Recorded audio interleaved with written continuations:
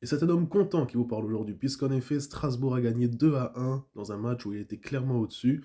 Ça fait énormément plaisir de voir le Racing Club de Strasbourg de Rosenor sur ce niveau. On va être honnête, la composition probable, elle était presque parfaite. Et puis, on a enfin le retour de cet attaquant tout seul. On a oublié enfin la doublette Panikeli et Mega qui ne fonctionne pas. Les deux sont enfin en concurrence et on peut de nouveau faire des super beaux matchs. Restez jusqu'à la fin, il y a les top flops. Mais avant toute chose, si vous êtes fan du Racing Club de Strasbourg ou si vous avez parlé des jeunes joueurs de Ligue 1, l'Into Scouting c'est ici. N'hésitez pas à mettre un petit like, à vous abonner, à mettre un commentaire, ça fait plaisir. Et n'hésitez pas à regarder toute la vidéo. Et bien en top et même homme du match, ça sera le gamin de la cité de Lille, Samir El Mourabé. Eh oui, comme quoi des fois il n'y a pas besoin de mettre des millions pour avoir des bons joueurs. Ils sont bien ici, la formation strasbourgeoise montre son petit nez petit à petit et ça fait énormément plaisir. Premier but d'ailleurs pour lui, un très bon match, il a été extrêmement présent dans l'entrejeu et il a fait encore une fois une super paire avec l'ami Valentin Barco. En flop, ça sera Lucas Oxberg, qui nous a fait 40 minutes de très mauvais niveau.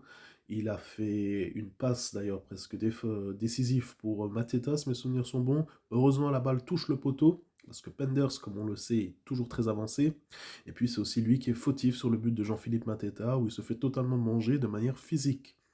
Un petit bravo à l'ami Rosenior qui a quand même réussi à prendre son courage pour sortir Lucas avant la fin de la première période. Maître Chilwell qui a complètement calmé cette défense et qui a totalement mis la défense sous un nouveau angle puisqu'il avait le calme et l'expérience qui est nécessaire pour cette équipe de Strasbourg. En top côté Crystal Palace, évidemment, ce grand gaillard, le français Jean-Philippe Mateta, qui aurait d'ailleurs pu signer à Strasbourg il y a de nombreuses années.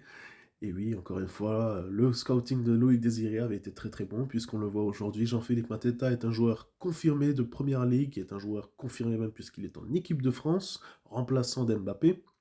Et le match qu'il a fait est absolument incroyable, hein. On a vu clairement un Crystal Palace avant et après lui. C'était lui qui était littéralement sur toutes les actions de Crystal Palace. Enfin, techniquement, les entre guillemets actions de Crystal Palace, puisqu'il faut être honnête, Crystal Palace s'est quand même fait un peu manger dans le jeu. Et il faut être honnête, le pressing, la vitesse, le physique de ce monsieur, la technique même, c'est du très très très haut niveau, vraiment. Et je tiens vraiment à féliciter Jean-Philippe Mateta pour son match aujourd'hui. Côté Crystal Palace, en flop, ça sera JD Kondo qui nous a fait un mauvais match. Bon, il avait un gros client en face de lui avec l'ami Julio Enciso. Il faut être honnête, Julio Enciso aurait pu faire beaucoup mieux s'il fait des passes. Mais en tout cas, dans le duel 1 vs 1, il était bel et bien au-dessus du français aujourd'hui.